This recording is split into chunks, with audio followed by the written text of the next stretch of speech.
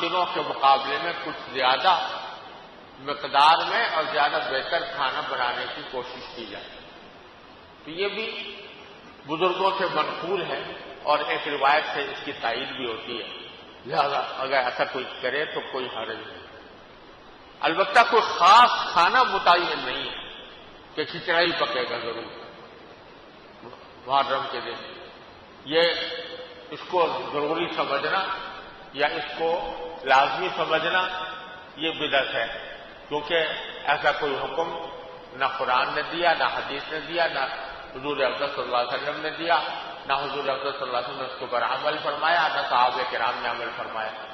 یہ ہمارے یہاں ایک رواج بن گیا ہے کہ کھچڑا اگر نہیں پکا تو محرم ہی نہ ہوا. تو یہ ایسی کوئی بات نہیں. البتہ عام دنوں سے بہتر کھانا اگر بنایا جائے تو اس کی وہ ایک